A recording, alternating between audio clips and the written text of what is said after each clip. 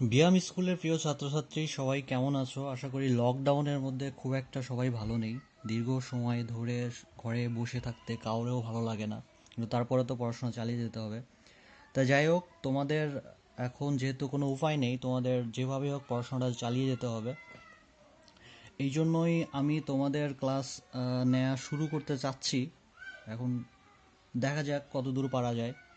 তা আমার যতটুকু মনে পড়ে, তোমাদের 11তম অধ্যায়ের ক্লাস না আমি শুরু করেছিলাম কিন্তু শেষ করতে পারিনি। ক্লাস টেনকে বলছি আমি। তো তোমাদের আমার যতটুকু মনে হয় কার্বোহাইড্রেটের অ্যালকিন অ্যালকাইন এই পর্যন্ত তোমাদের পড়িয়েছিলাম। এরপরে আর ক্লাস নেওয়ার সুযোগ হয়নি। তো আমি তারপর থেকে শুরু করার চেষ্টা করতেছি।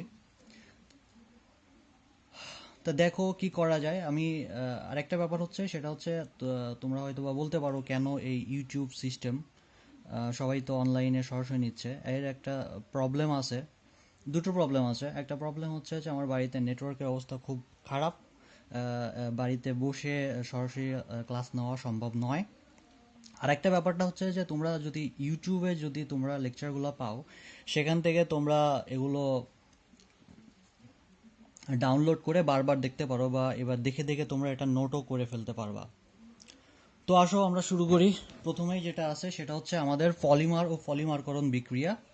তা শুরুতেই আমরা দেখব যে এই পলিমার এবং পলিমারকরণ বিক্রিয়াটা কি। আমরা জানি যে অসংখ্য ছোট অণু থাকে। এই ছোট অণু যখন একত্রিত হয়ে একটা বড় অণু তৈরি করে তখনই পলিমার গঠন করে। আমরা যদি এভাবে বলি যে অসংখ্য ছোট অণুর সংযোগ, তাহলে এটা কি হবে? এখান থেকে একটা বড় অণু। এই যে ছোট অণু, এই ছোট অণুকে বলা হচ্ছে মনোমার, এবং যে বড় অণুটা তৈরি হলো এই বড় অণুকে বলা হয় পলিমার।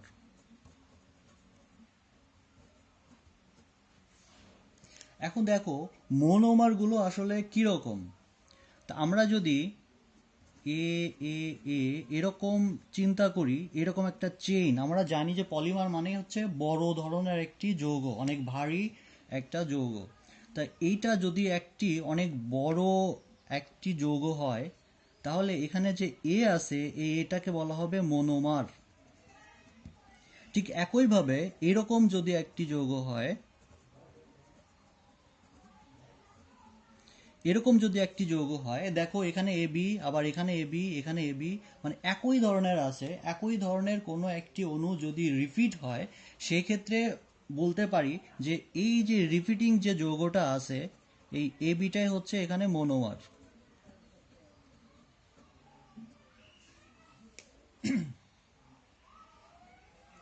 আমরা একটা উদাহরণ দেখতে পারি। দেখো তোমরা, তোমাদের সম্ভবত এটা খুবই পরিচিত একটি উদাহরণ।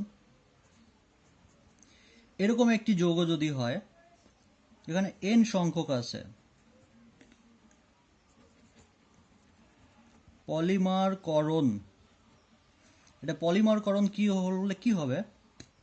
এখানকার যে দ্বিবন্ধনটা আছে এই দ্বিবন্ধনটা উঠে যাবে,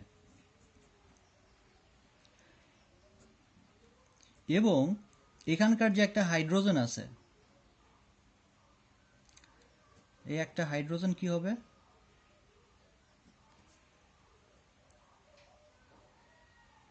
সরি, একটু ভুল হয়ে গেছে, এখানে সিএইচ হবে। তাহলে কি হবে? এখানে এন সংখ্যক আছে, বাট এখানে এই এন দেওয়ার মানেটা হচ্ছে যে এই যে টোটাল এন সংখ্যক, এই টোটাল এন সংখ্যক এই CH2CH এই পরিমাণ যৌগ এর মধ্যে আছে, এটাকে বলা হচ্ছে বড় অণু, এটাকে বলা হচ্ছে ছোট অণু। তাহলে এই বড় অণুটাকে বলতে পারি আমরা পলিমার। এরপর আসো আমরা দেখি পলিমারকরণ বিক্রিয়ার শ্রেণীবিন্যাস। পলিমারের শ্রেণীবিন্যাস কিভাবে করা হয়েছে।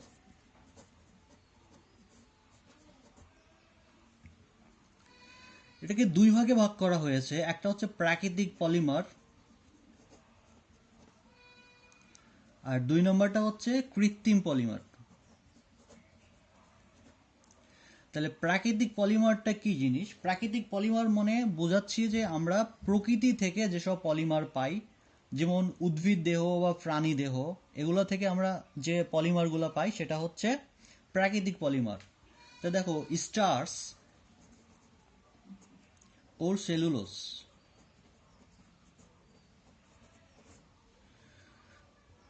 এটা কেমন থাকে? এই পলিমারটা দেখতে কেমন দেখো, এটা যদি একটা পলিমার হয়, এখানে জিটা কি হবে? গ্লুকোজ। তাহলে স্টার্চ এবং সেলুলোজ মূলত কি হয়? গ্লুকোজের মনোমার দ্বারা যে পলিমারটা গঠিত হয় সেটা হচ্ছে স্টার্চ ও সেলুলোজ, যেখানে আমরা উদ্ভিদ দেহ থেকে কি পাই? সেলুলোজ পাই ও স্টার্চ পাই, এবং প্রাণী দেহ থেকে পাই গ্লাইকোজেন।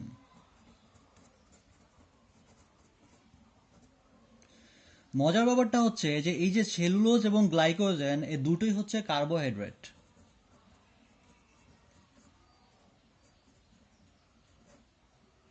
বা শর্করা বলা হয় এটাকে। আচ্ছা, এবার আমরা দেখি কৃত্রিম পলিমারটা কি।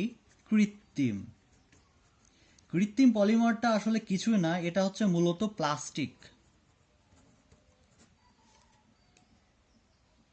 এই প্লাস্টিক শব্দটা মূলত প্লাস্টিকো শব্দ থেকে এসেছে, যার অর্থ হচ্ছে গলানো সম্ভব। তার মানে কৃত্রিম পলিমারকে গলানো সম্ভব, এই জন্যই এটাকে প্লাস্টিকো শব্দ থেকে ধার করা হয়েছে। আসো, এরপর আমরা দেখি আরও কি কি শ্রেণীবিন্যাস করা যায়। পলিমারকে আরও দুটো ভাগে ভাগ করা যায়, যার মধ্যে তোমাদের বইতেও পাবা, যেটা হচ্ছে জুতো পলিমার। একটা হচ্ছে জুতো পলিমার বা সংযোজন পলিমার, যেটাকে অ্যাডিশনাল রিয়াকশন বলা হয়। Addition addition polymer. তাহলে অ্যাডিশন পলিমার মানেই তোমরা বুঝতে পারতেছো সংযোগ। তার মানে এখানে কি ঘটবে? সংযোগ ঘটবে। এর কয়েকটি শর্ত আছে, তার মধ্যে একটা হচ্ছে দ্বিবন্ধন বা ত্রিবন্ধন থাকবে। দ্বিবন্ধন বা ত্রিবন্ধন থাকবে।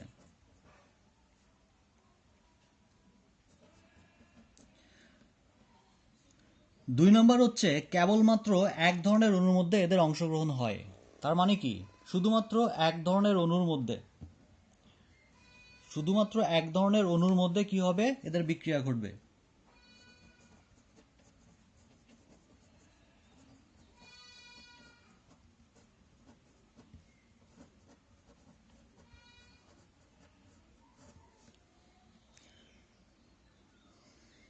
3 নম্বর হচ্ছে যে যে মনোমারগুলো আছে সেই মনোমারের মধ্যে কোনো অণু অপসারিত হবে না। তার মানে নো অণু বা পরমাণু অপসারণ। তার মানে কোনো অণু বা পরমাণু অপসারণ ঘটবে না। জুতো পলিমার হচ্ছে আমরা একটু আগে যে রিয়াকশনটা দেখালাম, জাস্ট ওইটাই, তাছাড়া কিছুই না, ওই একই জিনিস।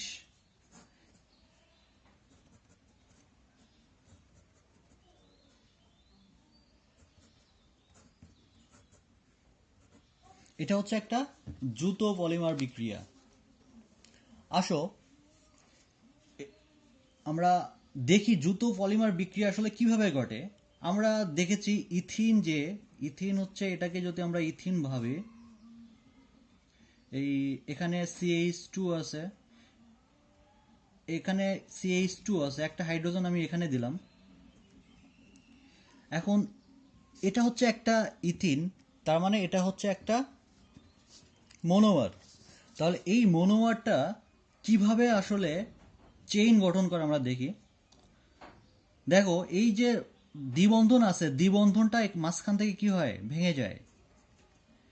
দ্বিবন্ধনটা মাঝখান থেকে যদি ভেঙে যায়, তাহলে কার্বনের 4টা হাতের জন্য কি এখানে আরেকটা হাত থাকবে, এখানে আরেকটা হাত থাকবে। আরেকটা আমরা মনোমার নিয়ে আসি এখানে, CH2 CH, এখানে দেখো যে দ্বিবন্ধনটা ছিল সে দ্বিবন্ধনটা যদি ভেঙে যায় তার মানে এখানে একটা হাত হবে, এখানে একটা হাত হবে। আরেকটা যদি আমরা চিন্তা করি, এখানে CH2, এখানে CH, এখানে এখানে একটা হাত থাকবে, এখানে একটা হাত থাকবে। ঠিক এইভাবে যদি অসংখ্য হাত থাকে তাহলে আমরা দেখো যে এই যে হাতটা, এই হাতটা কি বলে, এভাবে একটা হাত হয়ে যেতে পারে। ঠিক এইভাবে হয়ে একটি পলিমার গঠন করে, যেটাকে এটা যদি এন সংখ্যক হয় এইটা হবে এন সংখ্যক, এইটাই হচ্ছে আমাদের সেই কাঙ্ক্ষিত পলিমার। তাহলে আমরা দেখলাম যে এখান থেকে একটা মনোমার কিভাবে চেইন গঠন করে একটি পলিমার গঠন করে। আসো এরপর আমরা আর কিছু এক্সাম্পল দেখব। এক্সাম্পল,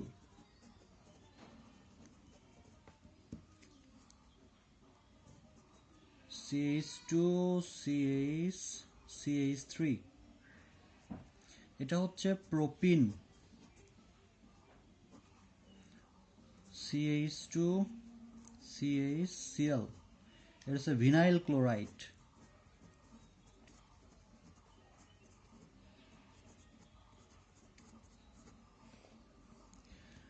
আরেকটা উদাহরণ আমরা দেখতে পারি, CF2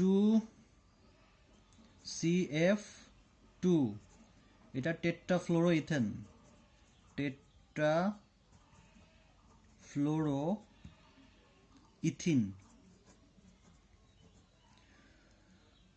তাহলে এটা মনোমার হিসেবে কিভাবে থাকে আমরা একটু দেখি।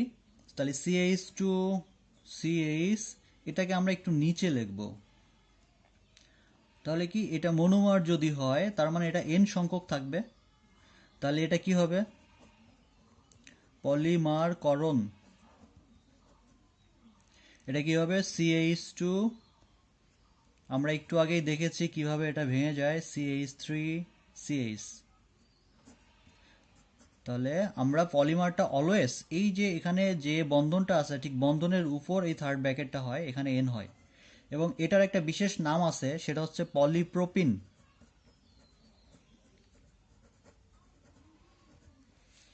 তাহলে আমরা এখান থেকে পলিপ্রোপিন পেয়ে গেলাম। এখন ভিনাইল ক্লোরাইড, দেখো ভিনাইল ক্লোরাইডটা তাহলে কিভাবে থাকে, CH2 CH, ক্লোরিনটা আমরা একটু নিচে দিলাম। তাহলে এন সংখ্যক যদি থাকে, এটা একইভাবে যদি পলিমারকরণ করা হয় তাহলে এখানে কি হবে, CH2 CH ক্লোরিন, এখানে একটা বন্ধন থাকবে, এখানে একটা বন্ধন থাকবে, যেহেতু আমরা মাঝখানের দ্বিবন্ধনটাকে সিঙ্গেল বন্ধন করে দিয়েছি। তাহলে এটা আমরা একটা পলিমার পেলাম। এইটার নাম হচ্ছে পলিভিনাইল ক্লোরাইড, যেটাকে PVC বলা হয়।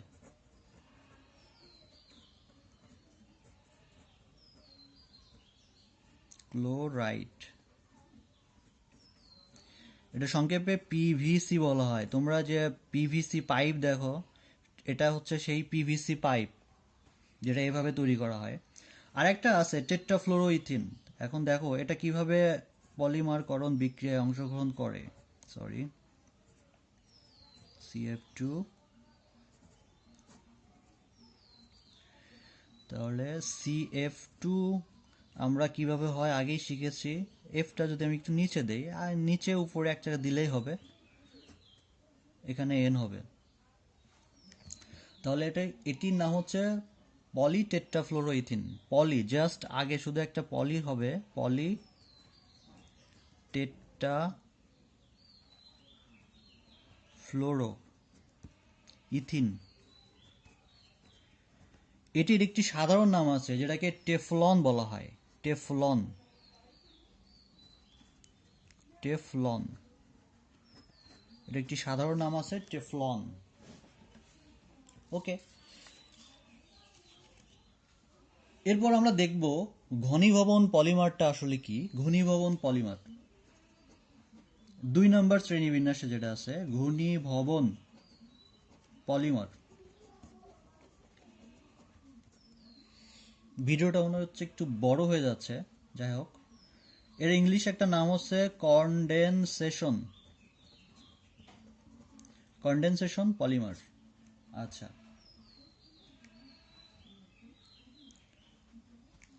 আচ্ছা, এটা তোমরা দেখো একটু কনডেনসেশন পলিমারটা কি। কনডেনসেশন পলিমারের কিছু শর্ত আছে, সেটা হচ্ছে একাধিক ধরনের অণুর অংশগ্রহণ ঘটে।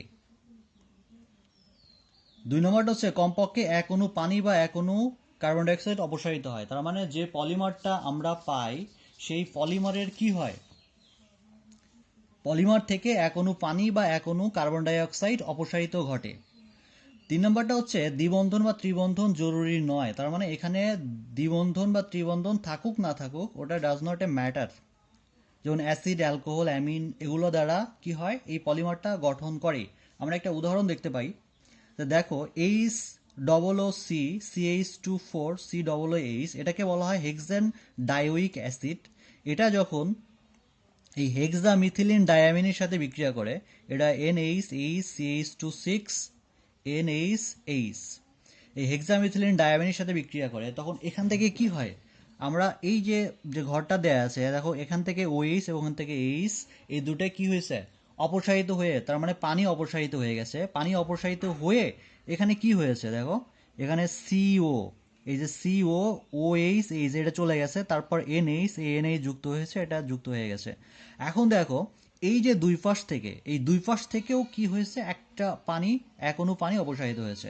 এখান থেকে OH চলে গেছে, এখান থেকে একটা হাইড্রোজেন চলে গেছে, এখান থেকে একটা OH চলে গেলে OH এখানে থাকে, আর এখান থেকে যদি একটি হাইড্রোজেন চলে যায় তাহলে কি থাকে, শুধুমাত্র একটা হাইড্রোজেন থাকে। এই হাইড্রোজেনটা যদি চলে যায় তাহলে আমরা দেখতে পাচ্ছি যে N সংখ্যক এই যে অণুটা যদি থাকে, এবং N সংখ্যক থেকে যদি এখান থেকে একটা পানি, এখান থেকে একটা পানি চলে যায়, তাহলে আমরা বলতে পারি এখান থেকে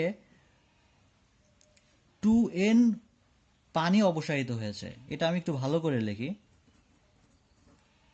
এটা হচ্ছে 2N। তাহলে 2N সংখ্যক পানি অপসারিত হয়েছে, এবং এই যে যৌগটা আমরা পেয়েছি সেটাকে বলা হয় নাইলন 66। অনেক বড় একটি যৌগ এবং এটা খুবই গুরুত্বপূর্ণ, এটা পরীক্ষায় অনেক সময় আসে, নাইলন 66। ওকে, ঘনীভবন পলিমার আমাদের গেল। এরপর দেখো যে ব্যবহার ও বৈশিষ্ট্যের ভিত্তিতে, দুই ভাগে ভাগ করা যায়। এটা হচ্ছে থার্মোপ্লাস্টিক, এটা তো মূলত কৃত্রিম পলিমারকে দুই ভাগে ভাগ করা যায়। এটা হচ্ছে থার্মোপ্লাস্টিক। থার্মোপ্লাস্টিকটা কি দেখো, এর কিছু বৈশিষ্ট্য আছে যেগুলো হচ্ছে পরীক্ষায় অনেক সময় আসে, বেশ গুরুত্বপূর্ণ। এটা হচ্ছে লম্বা সরু জট পাকানো শিকল গঠন করে। 2 নম্বরটা হচ্ছে কার্বন সমূহের মধ্যে শক্তিশালী বন্ধন থাকে। 3 নম্বর হচ্ছে পার্শ্ববর্তী শিকলে দুর্বল বন্ধন থাকে, পার্শ্ববর্তী যে শিকলগুলো থাকে সেখানে দুর্বল বন্ধন থাকে। আর হচ্ছে শিকল একটির উপর দিয়ে আরেকটি অতিক্রম করে, যার কারণে এদের সহজে বাঁকানো গলানো যায়। এটা খুবই গুরুত্বপূর্ণ। এই শিকলটা কি হয়, একটির উপর দিয়ে আরেকটি অতিক্রম করে, এই জন্য এদেরকে সহজেই কি করা যায়, বাঁকানো এবং গলানো যায়। এই থার্মোপ্লাস্টিকটার একটা বড় সুবিধা হচ্ছে এদেরকে সহজে বাঁকিয়ে এবং গলিয়ে যে কোনো জিনিস তৈরি করা যায়। যেরকম পলিথিন, PVC, যেটা পলিথিন দিয়ে আমরা নিত্য প্রয়োজনীয় অনেক কিছু তৈরি করি, এবং এটা সুবিধা এই জন্যই হয়েছে যে এই যে শিকলগুলো আছে এটা একটি আরেকটির উপর দিয়ে সহজে বাঁকানো যায়। আচ্ছা দেখো আরেকটি প্রকার আছে যেটা হচ্ছে থার্মোসেটিং পলিমার। এটা হচ্ছে কৃত্রিম পলিমারই একটা ভাগ। এই থার্মোসেটিংটা কেমন, সেটা হচ্ছে শক্ত ও কম নমনীয়। তারপর কার্বন সমূহের নিজস্ব শিকলে সমযোজী এবং পার্শ্ববর্তী শিকলের কার্বনের সাথে দৃঢ়ভাবে হাইড্রোজেন বন্ধন দ্বারা আবদ্ধ থাকে। 3 নম্বর হচ্ছে তাপ প্রয়োগে গলার বদলে কয়লায় পরিণত হয়। আর 4 নম্বর হচ্ছে এই অবস্থায় ক্রসলিঙ্ক ভাঙলে বিয়োজিত হয়। এবং 5 নম্বর হচ্ছে একবার গলিয়ে মাত্র একবার আকার দেয়া যায়। তা আমরা ওইটা দেখেছিলাম যে বেশ কয়েকবার গলানো যায়, কিন্তু এই থার্মোসেটিং এর একটা অসুবিধা হচ্ছে যে একবার মাত্র গলানো যাবে, এবং একবার এদের যে কোনো একটা শেপ দেয়া যায়, যেরকম ব্যাকেলাইট, ফাইবার গ্লাস ইত্যাদি। এবং গলিয়ে মাত্র একবার আকার দেয়া যায়, এই যে একটা পদ্ধতি, সেটাকে কম্প্রেশন মোল্ডিং বলা হয়। কম্প্রেশন মোল্ডিং বলা হচ্ছে এটাকে। আচ্ছা, এরপর আমরা দেখি প্লাস্টিক জাতীয় দ্রব্যের সুবিধা এবং অসুবিধা কি। এর কিছু সুবিধা আছে। সুবিধা হচ্ছে সুলভ ও সহজলভ্য হওয়ায় কাঠ ও ধাতুর বদলে জিনিসপত্র তৈরিতে ব্যবহার।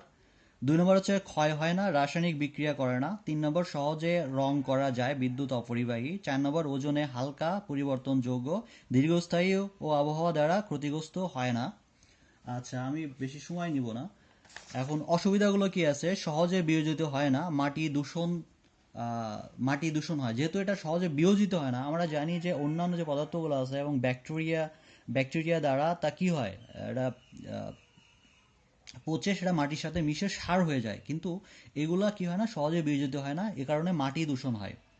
2 নম্বর হচ্ছে পুড়ালে বিষাক্ত ধোঁয়া সৃষ্টি হয়, যে কারণে নানা ধরনের রোগ বালাই সৃষ্টি হয়। 3 নম্বর হচ্ছে জীবাশ্ম জ্বালানি হতে মনোমার তৈরি করা হয়, এই জন্য জ্বালানির মজুদ হ্রাস হয়। আমরা আমরা দেখতে পাচ্ছি যে জীবাশ্ম জ্বালানিটা হচ্ছে আমাদের জন্য খুবই দরকারি, কিন্তু এটা যখন ব্যবহার করা হয় মনোমার তৈরির ক্ষেত্রে, সেক্ষেত্রে কি হবে, জীবাশ্ম জ্বালানির পরিমাণ হ্রাস পাবে। এবং এটা থেকে বাঁচার একটা, মানে এটা থেকে আমাদের ক্ষতি কমানোর একটা ভালো উপায় হচ্ছে রিসাইক্লিং বা পুনর্ব্যবহার। আমরা যে প্লাস্টিকগুলো ব্যবহার করি, সেই প্লাস্টিকগুলো যদি আমরা একত্রিত করে পুনরায় আবার অন্য কিছু বানানোর কাজে ব্যবহার করি, সেক্ষেত্রে আমাদের কি হবে, আমাদের এই যে পরিবেশ বা ক্ষতি বলো বা যে কোনো অপচয় বলো, এগুলো রোধ করা সম্ভব। তো এই ছিল আজকে পলিমার নিয়ে আমার লেকচার। পরবর্তীতে এর পরবর্তী যে টপিকসগুলো আছে সেগুলো নিয়ে আমি আলোচনা করব। তা এখন বিদায় নিচ্ছি, আমি রায়হান আলম। তোমাদের সাথে দেখা হবে নেক্সট কোনো একটি ভিডিওতে। আল্লাহ হাফেজ।